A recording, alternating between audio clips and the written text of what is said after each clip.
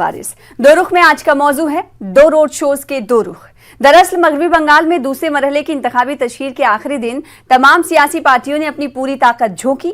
वैसे तो second phase में 30 सीटों की लड़ाई है, लेकिन सबसे अहम और कांटे की टक्कर नंदीग्राम में देखी जा रही है, जहां से खुद ममता बनर्जी उम्मीदवार हैं और इन्हें टक्कर दे रहे हैं बीजेपी के शुभेंदु अधिकारी। और यही वजह है कि वोटिंग से कबल एक ही दिन एक ही मकाम पर दो रोड शो मुनक्किद हुए, जिसने इलाके में सियासी गर्मी को बढ़ा दिया। एक तरफ ममता बनर्जी की पदयात्रा तो दूसरी जानिब अमित शाह के रोड शो को देख यही कहा जा सकता है कि टीएमसी और बीजेपी जीत के लिए कोई कसर बाकी नहीं छोड़ना चाहती।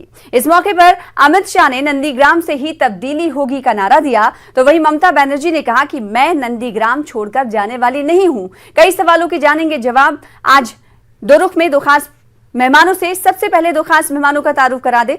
हमारे दरमियान नवीन कुमार जिंदल साहब जो कि तर्जुमान है भारतीय जनता पार्टी के, आपका इस्तकबाल करते हैं। साथ ही साथ एक और खास मेहमान हमारे दरमियान मौजूद हैं, मुख्तार अली साहब जो कि टीएमसी के तृणमूल पार्टी से ताल्लुक रखते हैं, लीडर हैं, आपका भी इस्तकबाल करते हैं। सबसे पहले मुख्तार अली साहब, आपसे ये सवाल, क्योंकि गुज़िश्ता कई दिनों से मगरबी बंगाल की वजीर आला ममता बनर्जी नंदीग्राम में मौजूद रही, रोड शोज किया। एक तरफ आज एचएम की पदयात्रा हो रही थी, रोड शो हो रहा था, तो दूसरी तरफ मगरबी बंगाल की वजीर आला रोड शो कर रही थी।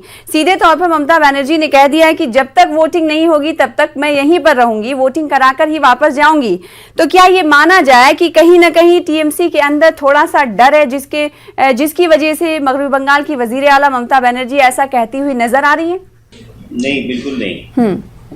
दरअसल ये मगरबी बंगाल में 8 फेज में इलेक्शन हो रहा है, आपको और पूरे देश को पता है। तो ये 8 फेज के इलेक्शन में जो सेकंड फेज जो है 1 अप्रैल को, उसमें पूर्व मिदनापुर जहां पर नंदीग्राम पड़ता है वो इलेक्शन है। तो खुद उनका अपना एक इलेक्शन है और उस सराउंडिंग डिस्ट्रिक्ट में है। तो सराउंडिंग डिस्ट्रिक्ट के लिए ममता बनर्जी वहां पर खड़ी हुई है। अपने इलेक्शन के लिए कोई बड़ी बात नहीं है कि उनको इलेक्शन में अपने जीत के लिए करना पड़ेगा। आपने सुना नहीं, वजीर आला ममता बनर्जी पहले दिन से कह रही है कि मैं 294 में मैं हूं अकेली। वही सब चेहरा है पूरे बंगाल में, ममता बनर्जी का चेहरा है। तो अपने लिए जीत के लिए ये उन्होंने शुभेंदु अधिकारी जो एक तरह से पार्टी के साथ गद्दारी की है, पार्टी में उनका परवान चढ़ा पड़े और लीडर बने हैं। और ऐसा लीडर हम समझते हैं 3 दर्जन लीडर इसी लेवल में हमारे पार्टी में है शुभेंदु अधिकारी के जैसा। शुभेंदु अधिकारी तो इतना बड़ा लीडर जरूर बीजेपी बनाना चाहती है, ममता बनर्जी के मुकाबले में खड़ा करके दिखाना चाहती है, लेकिन बंगाल की आवाम और तृणमूल कांग्रेस जानती है शुभेंदु अधिकारी इतना बड़ा लीडर नहीं है जो ममता बनर्जी का लेवल में खड़ा हो।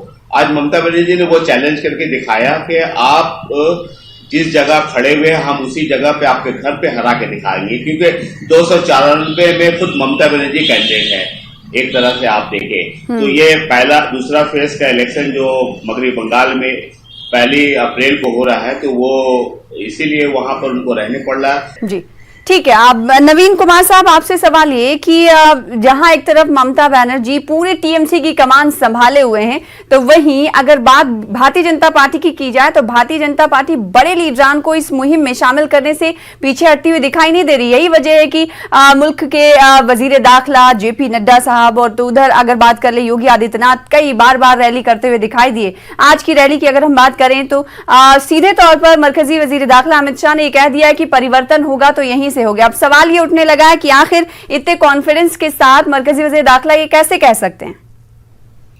पहली बात सना, मैं 2 बातें कहना चाहता हूँ कि टीएमसी अपने आप में एक राष्ट्रीय पार्टी जो है वो अपने हिसाब से जितने उनके पास नेता है उनके साथ वो काम कर रही है, और भारतीय जनता पार्टी के पास जो नेतृत्व है भारतीय जनता पार्टी उनके साथ मैदान में है।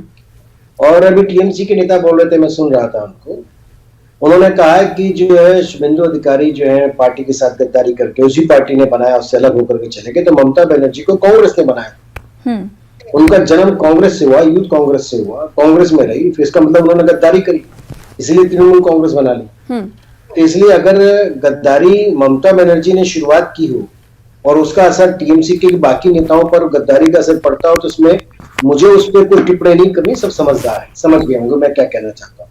दूसरी बात, आज ममता बनर्जी पूरे पश्चिम बंगाल में सब जानते हैं कि पिछले 10 वर्षों के कुशासन के कारण जो हिंसा प्रवृत्ति की राजनीति उन्होंने की है, जो उन्होंने वाम दल से अडॉप्ट की है और वो टीएमसी में लेकर गए, और उसके बाद जो टीएमसी के लोगों ने जिस प्रकार से हिंसा की है और वहां पे एक समुदाय की केवल राजनीति की है, यही कारण है कि वो बिल्कुल हाशिए पे नजर आ रहे हैं। उनको नंदीग्राम में 5 दिन नंदीग्राम में ही रहना पड़ेगा, ऐसा उन्होंने कहा है। इसलिए कहा है क्योंकि वो जानते हैं कि उनकी जमीन खिसक चुकी है।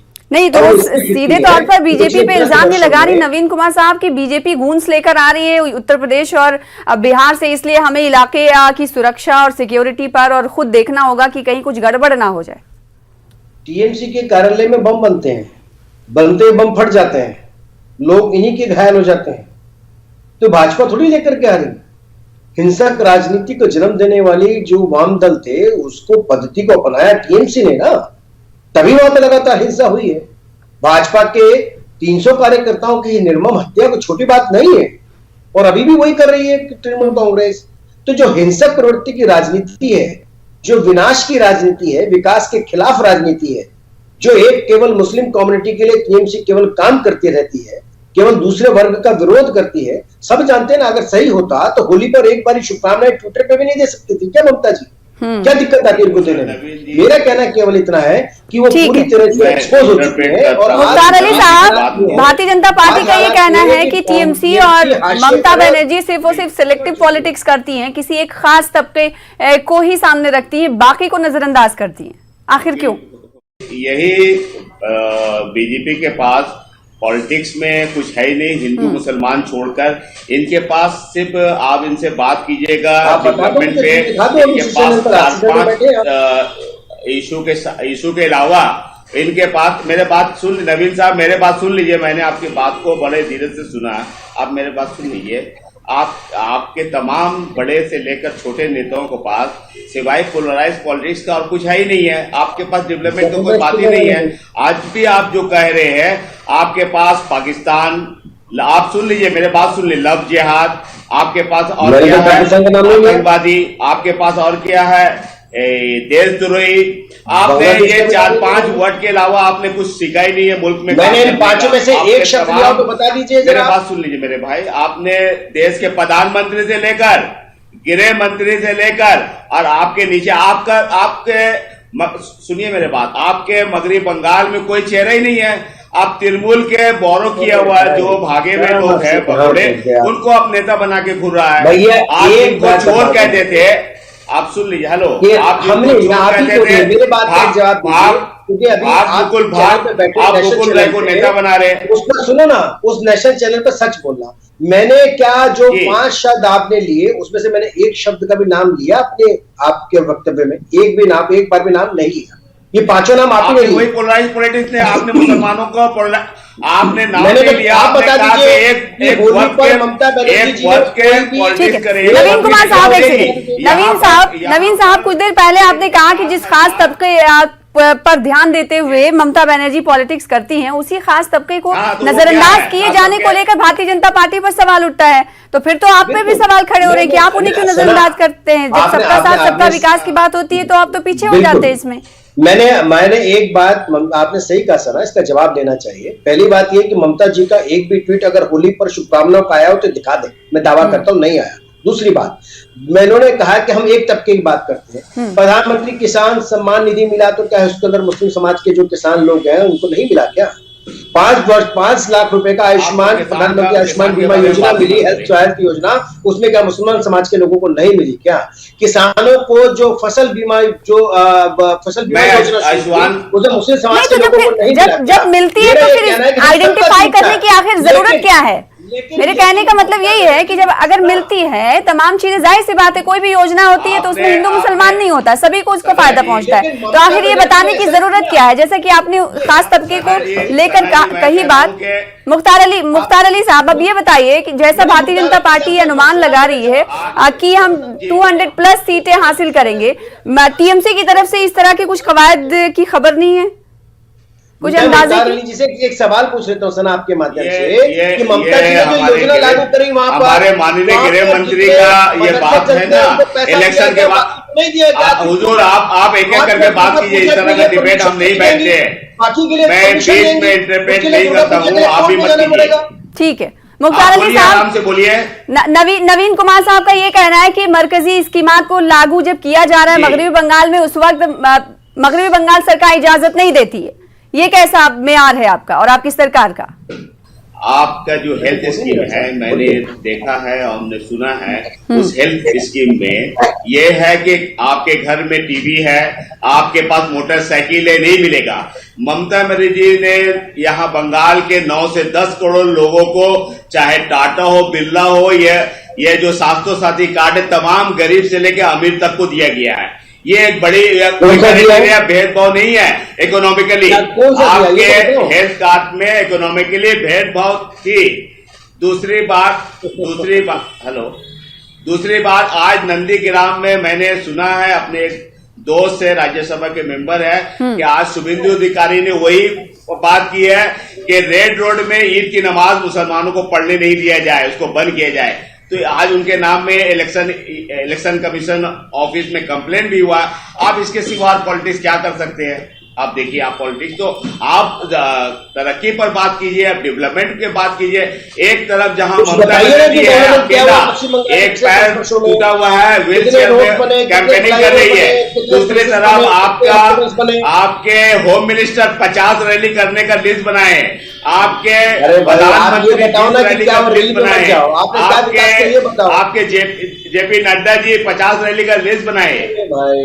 हमारे नेता है ना, अपने लिए करेंगे तो कर रहे हैं ना, आपको उसमें क्या आपत्ति है? मुझे ये बताइए कि आपने पिछले 10 वर्षों में क्या विकास किया?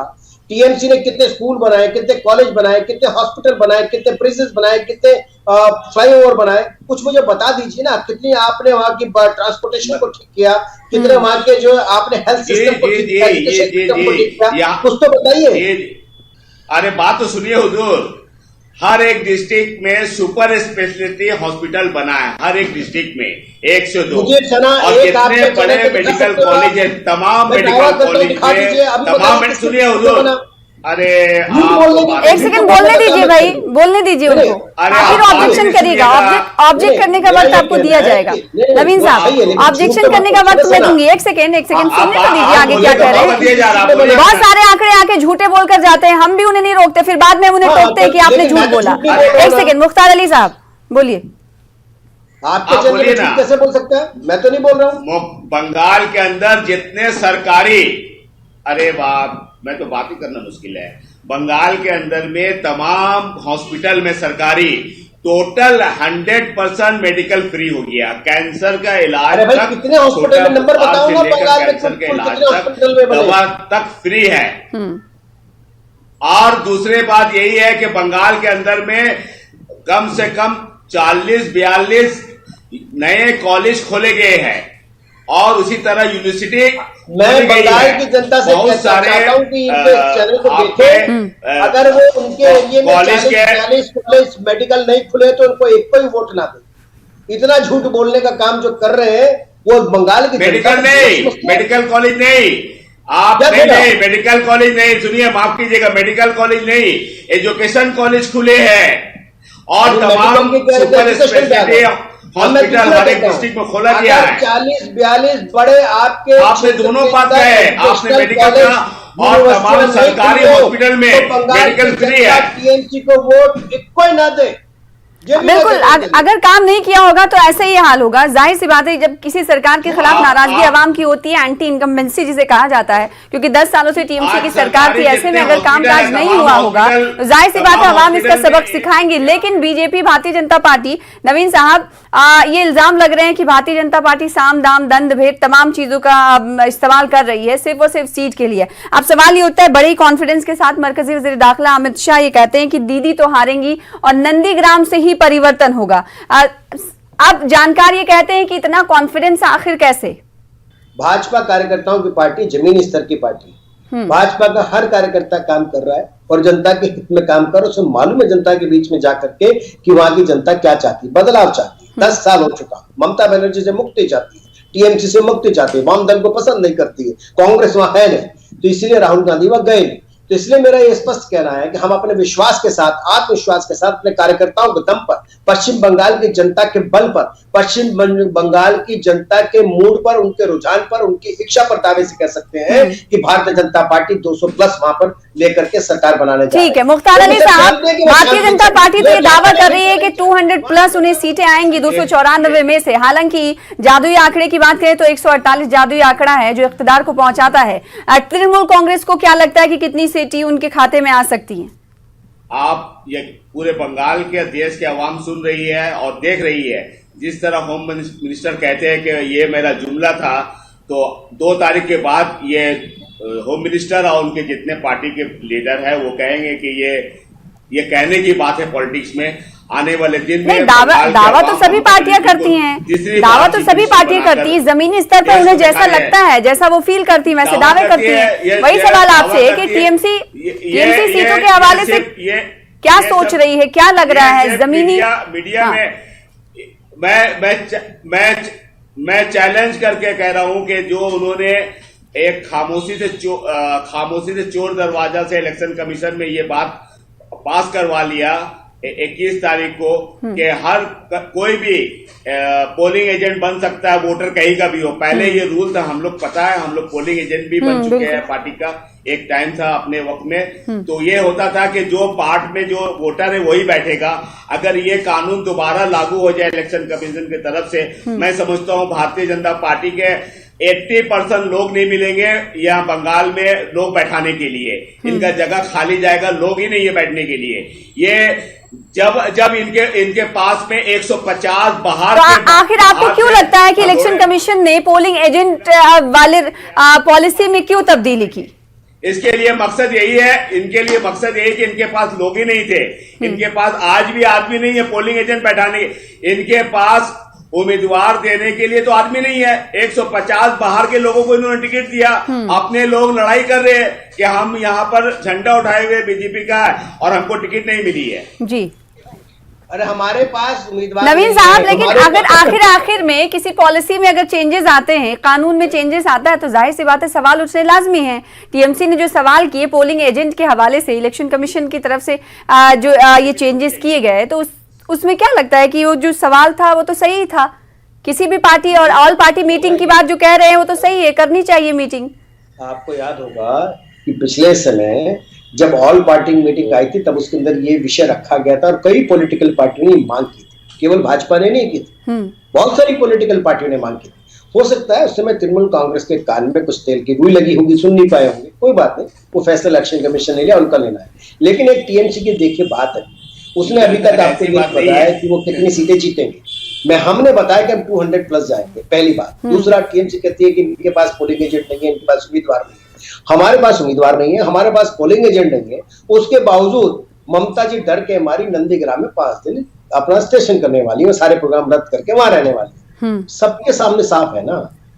आप हाथ कंगन को आरसी के, पढ़े लिखे को फारसी के, सब दुनिया देख रही है, सब जान रहे हैं कि हमारे पास कार्यकर्ता नहीं है, उम्मीदवार नहीं है, तब भी आपके अंदर भय है। इसलिए 2 तारीख को जनता ने आपको नकार दिया है। पश्चिम बंगाल में आपने 10 वर्षों में काम नहीं किया, उसको हिंसा की आग में झोंक करके उसको भ्रष्टाचार के शीर्ष पे लेकर के चले गए। पश्चिम बंगाल में विकास नहीं, विनाश हुआ है। पश्चिम बंगाल की जनता ममता बनर्जी से मुक्ति चाहती थी, इसलिए उनके अंदर भय है। और पश्चिम बंगाल में इनके पास, आप इनसे पूछिए इनके पास नेता कौन है, इनके पास। साहब, भारतीय जनता पार्टी सीधे तौर पर आपको आईना ये दिखा रही है कि हम तो दिल्ली से आकर कितनी सीटें जीतेंगे इसकी बात कह पा रहे हैं, आप तो मगरबी बंगाल के होकर भी ये बात नहीं कह पा रहे हैं कि आप कितनी सीटें जीतेंगे।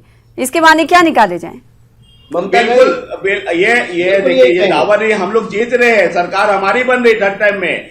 ये आपके सी वोटर से लेकर एग्जिट पोल ने तमाम दिखा दिया, आज बहुत से चैनल ने उनको दिखा दिया। आप सुन लीजिए, आप ही का बात चल रही चैनल, हम तो देखने आपने कहा आपके पास, बिल्कुल मैं कह रहा हूं कि आवाम बंगाल की ममता बनर्जी के साथ है। ममता बनर्जी वही तो बात है, ममता दीदी के साथ आवाम है और नहीं वहां पे। मैं भी कह रहा हूँ कि 2 तारीख का दिन आप कहेंगे कि जुमला है, हम भी जुमला तो पता चल गया क्या है, खेला तो हो गया, अब विकास कोई आपका लोग बिल्कुल खेला होगा नहीं, आपने खेला में वॉकओवर दे दिया है, आपने 100-150 सीट बाहर से मांग के लिया है। हम तो खेला जीत के, खेला होने से पहले खेला हो गए। देश में 5 राज्यों में चुनाव हो रहे हैं, 150 सीटें की बात नहीं कर रहे। नवीन साहब, आपने खेला में तो वॉकओवर दे दिया है। खेला में आपने पहला फेज में आपने 150 कैंडिडेट बाहर से आके दिया है और पश्चिम बंगाल के ममता बनर्जी के कुशासन से मुक्ति दिलाने जा रही है। पश्चिम बंगाल के अंदर हुई हिंसा से मुक्ति दिलाने नवीन कुमार साहब, एक वक्त में भारतीय जनता पार्टी के लिए शुभेंदु अधिकारी काफी अच्छे नहीं थे और अब दोस्त हैं और नंदीग्राम में ममता बनर्जी को टक्कर दे रहे हैं। ऐसे में अगर साइलेंट वोटर की बात करेंगे तो साइलेंट वोटर तो इस बात को बखूबी समझ रहा होगा कि भारतीय जनता पार्टी के लिए वो शख्स जो एक वक्त में एक आंख नहीं भाता था, वीडियो क्लिप्स जारी होते थे और आज वो उन्हीं का परचम थाकर इलेक्शन लड़ रहा है। तो क्या लगता नहीं है कि जितनी भी कोशिशें कर ली जाए, ग्राउंड पे जो आवाम की सोच है और ममता बनर्जी जिस तरीके से डेरा जमाए हुई है, वो कहीं ना कहीं मूड स्विंग कर सकता है लोगों का? मैं सना पश्चिम बंगाल भी कुछ दिन रहा हूँ और अभी आसाम भी रहकर के आया चुनाव की दृष्टि से। मुख्तार साहब, और मेरा ये बड़ा स्पष्ट कहना है, आपने कहा कि शुभेंदु अधिकारी पहले पसंद नहीं थे। जैसी संगत वैसी रंगत। ममता जी की संगत में रह के लोग जो हिंसा करते थे, भाजपा में आके हिंसा नहीं करते। भारतीय जनता पार्टी में रह करके कोई भ्रष्टाचार नहीं कर सकता। आज बड़ा स्पष्ट है कि पश्चिम बंगाल की जनता अगर शुभेंदु अधिकारी और भारतीय जनता पार्टी के कमल के साथ नहीं है तो फिर टीएमसी और बाकी दलों में इतनी खलबलाहट क्यों है, इतनी बिलबिलाहट क्यों है, इतनी घबराहट क्यों है? क्या कारण है कि पूरे पश्चिम बंगाल की जनता के आगे सारे के सारे तिलमिला रहे हैं, लोगों को धमका रहे हैं, लोगों को भड़का रहे हैं, लेकिन इसके बावजूद मैं दावे से कहता हूं कि भारतीय जनता पार्टी को 100% सरकार बनाने जा रही है। आप रोक नहीं सकते, आप किसी भी ताकत से पश्चिम बंगाल की जनता को बदला नहीं सकते। पश्चिम बंगाल की बेटी को मार डालते हो, उसकी हत्या कर डालते हो और उसके बाद कहते हो पश्चिम बंगाल बेटी की बात करते हो। आपने पश्चिम बंगाल की मुख्तार अली साहब, आपने महिलाओं को अपमान किया। पश्चिम बंगाल मुख्तार अली साहब, पहले मरहले की जब वोटिंग हुई थी तब भारतीय जनता पार्टी ने कहा था कि हम 30 में से 26 सीटें जीत रहे हैं। अब दूसरे मरहले में सेकेंड फेज में जब वोटिंग होगी तब भी 30 सीटों पर पोलिंग होगी। इस तमाम 3 सीटों को किस कड़ी नजर से देख रही है टीएमसी, क्योंकि ये भी काफी अहमियत के हामिल है सीटें। यहाँ से क्या लगता है कितनी तादाद में आपको सीटें मिल सकती हैं? देखिए, पहली बात ये कि जो बात नवीन जी कह रहे हैं कि ममता बनर्जी ने डेरा डाल दी है, ममता बनर्जी हर एक फेस में उस डिस्ट्रिक्ट में डेरा जरूर डालेगी जहां पर इलेक्शन का फेस होगा। तो 1 अप्रैल को दूसरा फेस का इलेक्शन है तो उनको उसी डिस्ट्रिक्ट में अपना वहां डेरा डालने होगा। ममता बनर्जी 100 पे 1 भारी है, जहां पर नड्डा जी, जहां पर अमित शाह जी, जहां पर मोदी जी वजीर आला, जहां पर योगी जी है, वहां ममता बनर्जी अकेली लड़ रही है चट्टान की तरह। पूरे देश से हमारे नेता तो नहीं बड़े नेता रहे, लेकिन उसका फर्क बंगाल की आवाम देख रही कि इनके पास में बंगाल में कोई चेहरा नहीं है जो यहाँ पर इनका साथ देगा। यहाँ पर जिस मुकुल राय को उन्होंने भाग मुकुल बाग कहा था, उनको आपने पार्टी में लेके वॉशिंग मशीन में डाल के उनको फ्रेश कर दिया।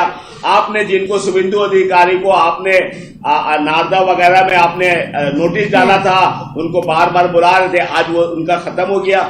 तो आपको सामने चेहरा तो क्या है? ठीक है नवीन कुमार साहब, लगातार भारतीय जनता पार्टी पर ये इल्जाम लगते रहे कि बगैर बड़े चेहरे के इंतखाबी मैदान में हाथ आजमा रही भारतीय जनता पार्टी। क्या लगता है कि इसका खामियाजा कहीं ना कहीं भुगतना पड़ेगा पार्टी को? भारतीय जनता पार्टी पश्चिम बंगाल के जो जनमानस है, आम आदमी है, उसके साथ अपना भाग्य आजमा रही।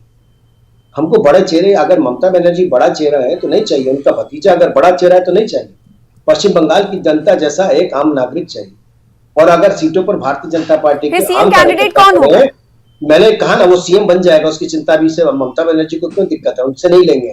वहां से पश्चिम बंगाल की माटी से पैदा हुआ बालक पार्टी का पश्चिम बंगाल का बेटा बुद्धि नहीं बनेगा। दूसरी बात, पश्चिम बंगाल की जनता, सुनिए भैया, घबराइए। आपकी आधे घंटे की डिबेट में सुना, अभी तक टीएमसी ने एक बार भी कॉन्फिडेंस से ये नहीं कहा कि वो भारतीय आपको टीएमसी कितनी सीटें जीतेगी। इसलिए नहीं कहा क्योंकि वो जानते हैं कि उनकी सफाई हो चुकी साहब। उनकी जमीन तारीख को हमारी हुकूमत बन रही है। जमीन टीएमसी कुछ कहना नहीं चाहती। टीएमसी सीधे तौर पर ये कह रही है कि 2 मई को जब नतीजे आएंगे तो हमारी हुकूमत बन रही होगी। तो वहीं आंकड़े अगर सीटों की बात करें तो भारतीय जनता पार्टी कॉन्फिडेंस के साथ आंकड़े बता रही कि 200+ सीटें उन्हें मिलेंगी। आप दोनों खास मेहमानों का शुक्रिया अदा करना चाहेंगे प्रोग्राम दो रुख में अपना अपना स्टैंड रखने के लिए। फिलहाल इसी के साथ मुझे दीजिए इजाजत। कल फिर हाजिर होंगे बड़े मुद्दे के साथ। आदाब।